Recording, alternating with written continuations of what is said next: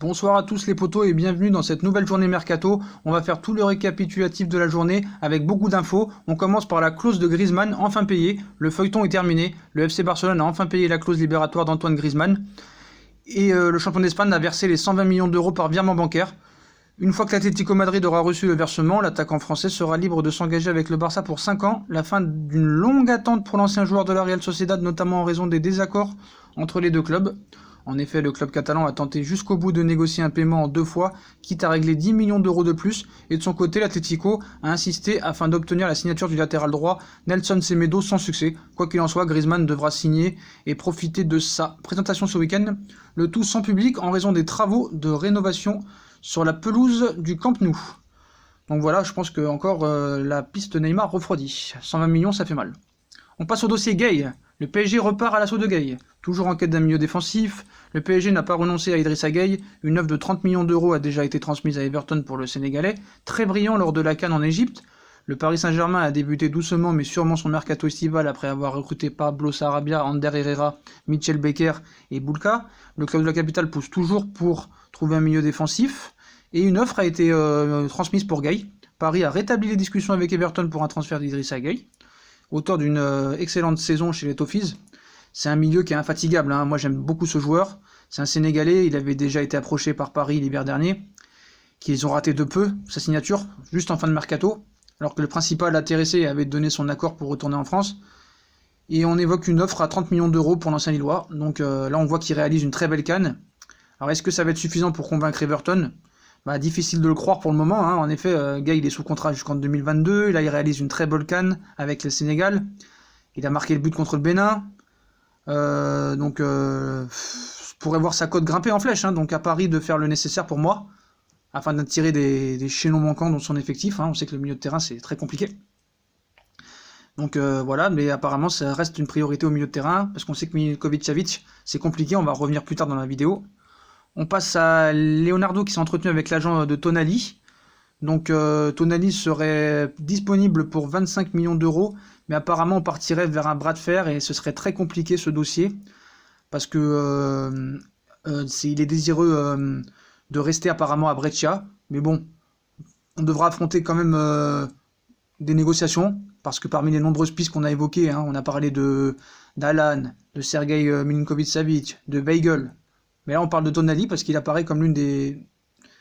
C'est un surprenant milieu de 19 ans. Voilà, il appartient à Brescia. Il a tapé dans l'œil de Leonardo qui voudrait refaire un coup à la Marco Verratti comme en 2012 avec Tonali. Et comme l'a révélé la presse italienne ces dernières heures, Brescia réclamerait entre 30 et 35 millions d'euros pour céder son jeune milieu de terrain. Mais le PSG devra se montrer convaincant s'il souhaite rafler la mise dans ce dossier parce que apparemment il ne voudrait pas mettre plus de 25 millions d'euros. Il y a du bon monde dessus. Il y a la Juve, la AS Rome, le Milan AC, la Fiorentina. Donc ils ont tous des vues sur Sandro Tonali et bon, qui pourraient tous passer à l'acte avec Brescia. Alors il est sous contrat jusqu'en 2021 avec Brescia, donc il devrait être très courtisé cet été. Donc on verra si le Paris Saint-Germain a son mot à dire, mais ça reste une priorité dans les papiers de Leonardo. On va parler de Kylian Mbappé et faire une petite aparté. C'est le joueur qui a vendu le plus de maillots en équipe de France et au Paris Saint-Germain confondu, devant Neymar. Donc c'est quand même à souligner, hein. Il est presque plus important que Neymar même, hein, au niveau peut-être marketing maintenant. Et à 20 ans, c'est quand même exceptionnel et il faut quand même le souligner. On va passer à d'autres infos mercato. Il y a eu beaucoup d'infos mercato et sur ce joueur, notamment sur ce joueur-là, un international portugais. Donc Paris Saint-Germain serait sur ce joueur portugais ainsi que l'AS Monaco, qui s'appelle Cédric Soares. Voilà, il intéresserait ces deux clubs-là. Il vient de revenir de Southampton après son prêt de 6 mois à l'Inter. Il a 27 ans. C'est un latéral droit qui appartient actuellement à Southampton. Et il intéresse Monaco et Paris. Donc on sait que Monaco il retiendra pas Sidibé en cas de grosse offre. Donc comme Alves est parti, Meunier veut rester. Donc cette piste pourrait permettre de remplacer Dani Alves qui vient de faire ses valises après la fin de son contrat. Donc comme par ailleurs la situation de Meunier qui a fait savoir ses envies de prolonger est toujours incertaine. Meunier il a dit qu'il connaît le club, il connaissait ses intentions, qu'il veut rester à Paris. Les dirigeants savent qu'il est ouvert à toute proposition. Donc à suivre, hein, c'est un champion d'Europe en 2016 avec le Portugal, même s'il n'a pas beaucoup joué. Donc il s'appelle Cédric Soares, hein, il vient de revenir d'un prêt pas terrible à l'Inter Milan. Il a joué que 9 matchs en 6 mois. D'ailleurs Arsenal il s'intéresse aussi à lui parce que Lichtsteiner va partir. Donc dossier à suivre et à surveiller. On va passer un peu aux autres infos mercato, mais je crois qu'il y a aussi des infos mercato du côté du Paris Saint-Germain, d'autres infos mercato à vous signaler. Sur d'ailleurs Milinkovic-Savic, donc Milinkovic-Savic, on sait, est l'une des priorités au milieu de terrain du Paris Saint-Germain, mais apparemment le Brésilien, pas le Brésilien, le Serbe, excusez-moi, le Serbe est beaucoup trop cher apparemment. On était d'accord pour que son transfert était évalué à 75 millions d'euros, mais il n'en est rien. Apparemment la Lazio demanderait beaucoup plus, et demanderait 100 millions d'euros. Donc là, la concurrence du Paris Saint-Germain, notamment de Manchester United, vont lancer l'offensive apparemment pour le joueur de 24 ans, avec une première offre à hauteur de 80 millions d'euros. Un montant conséquent, mais qui ne fera pas les affaires du PSG, et ça suffira peut-être pas non plus à Manchester, parce que apparemment la Lazio a fait part qu'il voudrait 100 millions d'euros, donc autant dire que les positions des deux clubs sont encore trop éloignées pour moi, mais qu'elles pourraient se rapprocher après discussion au cours des prochaines semaines. Après, Manchester, il joue pas la Ligue des Champions, donc là, ça donne la porte ouverte à Pogba, hein, et forcément la possible arrivée de Pogba au Real Madrid, parce que car si les deux pourraient former un magnifique duo à Manchester, hein, Milinkovic-Savic et Pogba, mais comme il joue pas la Ligue des Champions, lui il va aller au Real Madrid ou à la Juve, mais ce serait plus vers le Real, donc les deux joueurs ayant un profil assez similaire, jonglant entre pour moi prouesse technique et je dirais grande faculté physique. Donc malgré la claire volonté du Français de s'en aller, le club mancunien ne désespère pas de le conserver pour le moment. Donc maintenant les choses peuvent changer d'ici là, hein, à la fin du mercato, en attendant une arrivée du Serbe en Angleterre. Ce serait quand même tout d'un magnifique coup pour United, hein, aux grandes dames des autres courtisans, et nous les premiers, le Paris Saint-Germain. Donc voilà, dossier dur. On passe au dossier Paqueta. On sait que c'est une piste aussi évaluée par Leonardo. C'était un des objectifs du club, mais apparemment le joueur a démenti une possible arrivée. Il voudrait rester au Milan AC, où il aurait dit qu'il voudrait s'imposer à Milan encore quelques années, que ce ne sont que des spéculations, qu'il est heureux à Milan, qu'il vient d'arriver, qu'il s'adapte. Il veut connaître une bonne saison pour pouvoir progresser dans sa carrière, mais bon, on sait que ça c'est que des mots. On sait très bien que si Paris met le prix, Milan AC a des problèmes avec le fair play financier, donc ils écouteront l'appel du Paris Saint-Germain. Donc voilà, c'est des rumeurs, mais attention, peut-être affaire à suivre. Ça peut rester une piste assez sérieuse. On passe au dossier Nkunku, donc une vente à 15 millions bientôt bouclée, donc il est toujours sur les tablettes du Red Bull Leipzig. Donc Nkunku multiplierait les contacts avec le club allemand pour être transféré et quitter le PSG. Les deux clubs discuteraient pour finaliser cette opération. Donc il fait vraiment le forcing pour rejoindre Leipzig, hein. Il compte pas faire une saison de plus au Paris Saint-Germain. Et l'International Espoir compte bien rejoindre le Leipzig pour prendre un peu le pouls concernant son éventuel transfert. Le club allemand ne cacherait pas sa confiance dans la finalisation de cette opération, et les discussions entre le PSG et Leipzig continueraient ces derniers jours. Reste à savoir quand le feuilleton Nkunku trouvera son épilogue. Il y a d'autres objectifs du côté du Paris Saint-Germain, donc affaire à suivre, mais normalement ça devrait rapporter au Paris Saint-Germain entre 15 et 20 millions d'euros, bonus compris. On passe à ce joueur-là. Donc peut-être que ce joueur-là ne vous dit rien du tout. Il s'appelle Louis Barry. Il a préféré le Barça. C'est un jeune attaquant de West Bromwich Albion. Il a 16 ans. Il avait la cote sur le marché des transferts cet été. C'est un talent anglais. Il était notamment annoncé dans le viseur du Paris Saint-Germain, qui était même en pôle d'après les médias britanniques. Mais c'est finalement le FC Barcelone qui vient de signer son premier contrat professionnel, je le dis, décidément. Donc le PSG avait formulé la première offre financière et le joueur avait même passé sa visite médicale à Paris. Mais la tentation de rejoindre le Barça a finalement été plus forte et Barry a préféré mettre l'aspect financier de côté pour rejoindre la Catalogne, où il évoluera dans un premier temps avec les U19. Donc voilà, Barça nous a mis encore des bâtons dans les roues. On s'est fait battre, mais on se fera pas battre pour tout, vous m'avez compris. On passe au dossier Meunier. Donc Meunier a bien dit qu'il voulait prolonger avec le Paris Saint-Germain. Il y avait une offre de l'Atlético Madrid, apparemment on évoquait une offre de 30 millions d'euros, mais ce serait seulement un plan B pour l'Atlético. Voilà, donc c'était un plan B, hein. Il se nommait Thomas Meunier parce qu'ils étaient sur d'autres pistes, notamment sur celle de Nelson Semedo. Mais apparemment le PSG serait prêt à s'en séparer pour 30 millions d'euros, mais Leonardo a dit qu'il devrait rencontrer le défenseur belge pour apparemment une prolongation de contrat. Donc Meunier est plus parti pour une prolongation de contrat plutôt qu'un départ possible. Moi je trouve que 30 millions d'euros ce serait possible, mais comme l'Atlético ce serait le plan B, parce qu'on partirait plus vers une prolongation. Donc on sait que Meunier depuis 2 ans c'est pas extraordinaire au Paris Saint-Germain, il a beaucoup baissé de niveau. Est-ce qu'il peut repartir? Est-ce qu'on peut retrouver le Meunier de 2016-2017? J'en doute vraiment. Ces 2 dernières années m'ont déçu, mais à voir. Peut-être que cette année il va se transformer. Bon, je pense pas que c'est Tourelle qui va le transformer, mais bon, peut-être qu'avec le discours de Leonardo il va retrouver la motivation. Donc affaire à suivre. On passe à Diego Costa. Diego Costa a des pistes en Angleterre, notamment de West Bromwich Albion et de Everton. Donc on sait que Diego Costa a déjà joué en Angleterre à Chelsea, et il serait pas contre une nouvelle pige en Angleterre. Donc il a annoncé sur le départ de l'Atlético qu'il n'en veut plus. Et en plus il sera pas retenu, hein, parce qu'il a eu une suspension de 8 matchs en fin de saison pour avoir insulté un arbitre, je crois, et c'est vraiment très mal passé du côté de l'Atlético Madrid. On passe à Higuaín qui voudrait faire un retour à la Juventus de Turin, mais un club anglais vient se hisser, parce qu'on sait que Higuaín appartient à la Juve et a été prêté à Chelsea, donc il est retour de prêt à la Juve. Mais Higuaín pourrait ne pas rester à la Juve, et le club anglais de West Ham se renseigne sur sa situation. Donc voilà, il est en quête de joueurs pour renforcer son secteur offensif, West Ham. Donc ils ont pris le pouls pour Higuaín. Donc Higuaín, il avait été prêté aussi au Milan, puis à Chelsea. Il a marqué que 11 buts en championnat. Donc West Ham s'intéresserait à lui, ce serait peut-être une bonne pioche, mais bon, ce serait quand même pour moi... il régresserait pour moi, hein, parce que vraiment c'est un grand attaquant, et je pense qu'il mériterait mieux que West Ham. Donc voilà, je pense qu'il y a d'autres équipes qui pourraient être dessus, genre Arsenal, genre peut-être le Milan AC qui pourrait aurait peut-être pu le garder. Bref, voilà, c'est peut-être un déclin de Higuaín à faire à suivre. On va parler du dossier Pogba, excusez-moi, Pogba.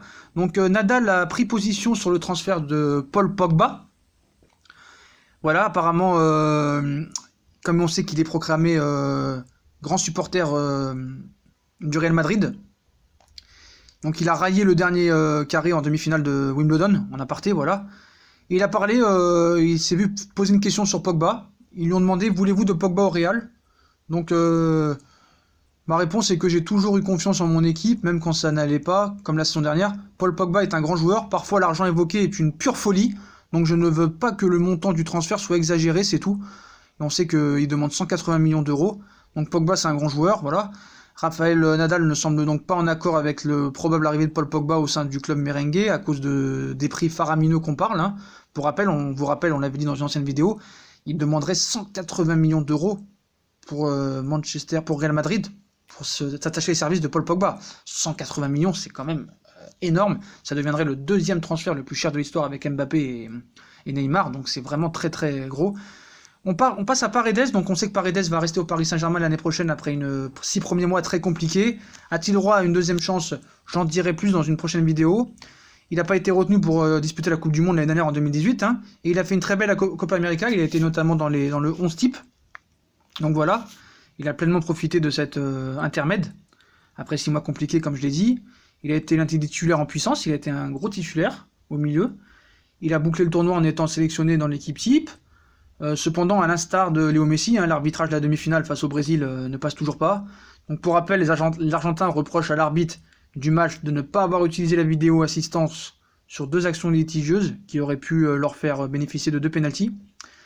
Donc il a dit toute cette affaire nous a énervés, pas seulement nous, les joueurs, mais les gens en général, et tout le monde s'est rendu compte qu'on nous a volé alors qu'on avait été plus fort que le Brésil. Et il a taclé l'arbitrage et Sampaoli. Donc il a dit sur l'arbitre qu'il a lu ce qu'a dit l'arbitre. On ne peut plus rien y faire, c'est dommage qu'il ait parlé, ça aurait été mieux qu'il ne parle pas, parce qu'il avait déjà mal fait les choses. Dès que le Brésil a marqué, on est tous allés le voir pour lui dire qu'il y a la VAR, mais c'était impossible de parler avec lui, l'arbitre se sentait supérieur, pas seulement lui, mais aussi ceux qui nous ont arbitré face au Chili, ils croyaient qu'ils étaient plus importants que le match. Donc voilà, et sur Sampaoli, il a dit que c'était un entraîneur sans expérience, mais nous le savions, il a fait du bon travail, il a une grande marge de progression avec nous, il a constitué un bon groupe, il a su le diriger, il dit les choses comme il le pense, il sait ce qu'il veut, c'est très bien. Mais l'ancien coach n'arrivait pas à nous expliquer ce qu'il voulait, on n'a jamais su ce qu'il voulait, Sampaoli était très changeant, il n'était pas clair parfois, il vous disait de faire quelque chose et quand vous le faisiez, il vous demandait pourquoi vous l'aviez fait. Il ne savait jamais ce qu'il voulait. Donc Sampaoli est sur le marché, je ne pense pas que Paris Saint-Germain est dessus pour remplacer Tourelle, hein. Après on va me dire laisse Tourelle tranquille, non je ne le laisse pas tranquille. On passe au dossier Griezmann, une autre info Griezmann, bon on sait que la clause a été payée, mais il paraît qu'il y a eu des discussions avec le Paris Saint-Germain et que Griezmann aurait demandé, apparemment c'est Barcelone qui aurait demandé à Griezmann de se faire payer 35 millions annuels si jamais il devait venir au Paris Saint-Germain. De quoi refroidir complètement les ardeurs du Paris Saint-Germain. C'est pour dire que maintenant, avant il y avait PSG OM, il y avait Real Barça, il y avait Milan AC Inter Milan, mais maintenant, vraiment le vrai classico ça va être PSG Barcelone, hein. À en croire ça va être PSG Barcelone. On passe au dossier Fekir. Donc Fekir, apparemment Juninho voulait le garder, mais il a dit que ça allait être compliqué de garder Fekir. Donc Fekir apparemment serait pour un départ de Lyon. Donc on sait qu'il y a plusieurs clubs qui sont dessus, notamment Liverpool, notamment le Barça, mais apparemment ce n'est plus d'actualité. Donc Juninho a signalé que ça allait être très dur de garder leur milieu de terrain, mais qu'il comptait quand même sur lui, au cas où il resterait. Et il demanderait entre 45 et 60 millions pour leur attaquant. Donc on va voir si Liverpool est prêt à payer ce prix-là. On passe au dossier Coutinho. Donc Coutinho aimerait retourner à Liverpool aussi. Donc ça reste en accord. Hein. Donc Coutinho ne veut pas aller au Paris Saint-Germain, je pense pas. Il a dit qu'il voulait venir au Paris Saint-Germain d'après la presse espagnole, mais on connaît la presse espagnole. Et il verrait d'un bon oeil un transfert à Liverpool. Et ça resterait sa priorité absolue. Voilà, on sait qu'il a joué là-bas. Et la priorité de Coutinho, donc ça c'est bien Liverpool. Et les Reds n'écarteraient pas la possibilité de s'attacher les services de leur ex numéro 10, qu'ils ont vendu 160 millions d'euros, je vous rappelle. Voilà. Donc des sources proches de Coutinho auraient assuré que le PSG aussi plairait également beaucoup au principal intéressé et ne rechignerait pas à signer, mais il préférait aller à Liverpool, qui reste son club de cœur d'après lui.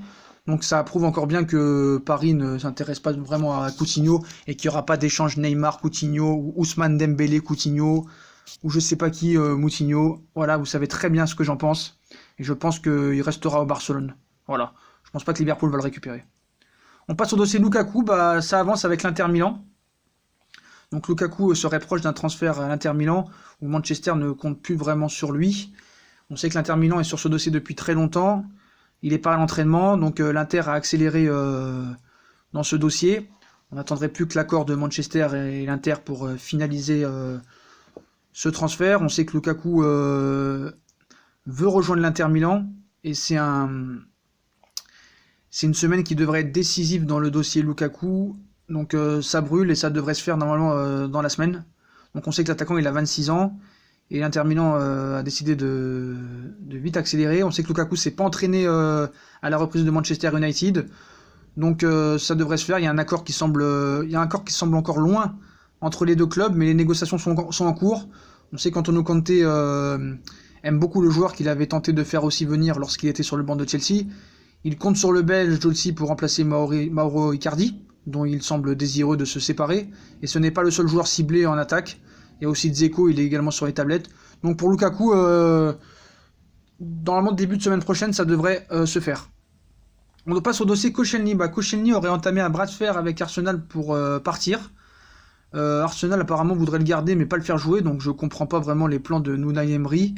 Mais Koscielny a vraiment donné ses envies de départ et ne veut pas retourner à Arsenal et ne serait pas un retour en France. On sait que Monaco et Lyon sont sur le dossier. Donc voilà les potos pour toutes ces infos mercato. On vous a parlé de toutes les infos. Voilà. Donc on reste sur les principaux. Griezmann qui a signé à Barcelone pour 120 millions d'euros. Le Barça a payé sa clause libératoire. Gay, le dossier est relancé du côté du Paris Saint-Germain. Leonardo relance Tonali au milieu de terrain, qui est devenu l'une de ses priorités. Donc voilà les potos, Mbappé qui a vendu le plus de maillots. Voilà, Soares est sur les plans du Paris Saint-Germain aussi. Koscielny veut partir, Lukaku vers l'Inter. Coutinho entre le Paris Saint-Germain et Liverpool, mais ce serait plus Liverpool. Fekir veut partir de Lyon. Griezmann aurait demandé 35 millions d'euros pour signer au Paris Saint-Germain à l'époque où le Paris Saint-Germain était dessus. Mais c'est Barcelone qui lui a bien dit de dire ça. Nadal est choqué des 180 millions que le Real Madrid serait prêt à payer pour Pogba. Voilà, Higuaín peut-être à West Ham. Diego Costa en route pour l'Angleterre. Meunier va sûrement prolonger avec le Paris Saint-Germain.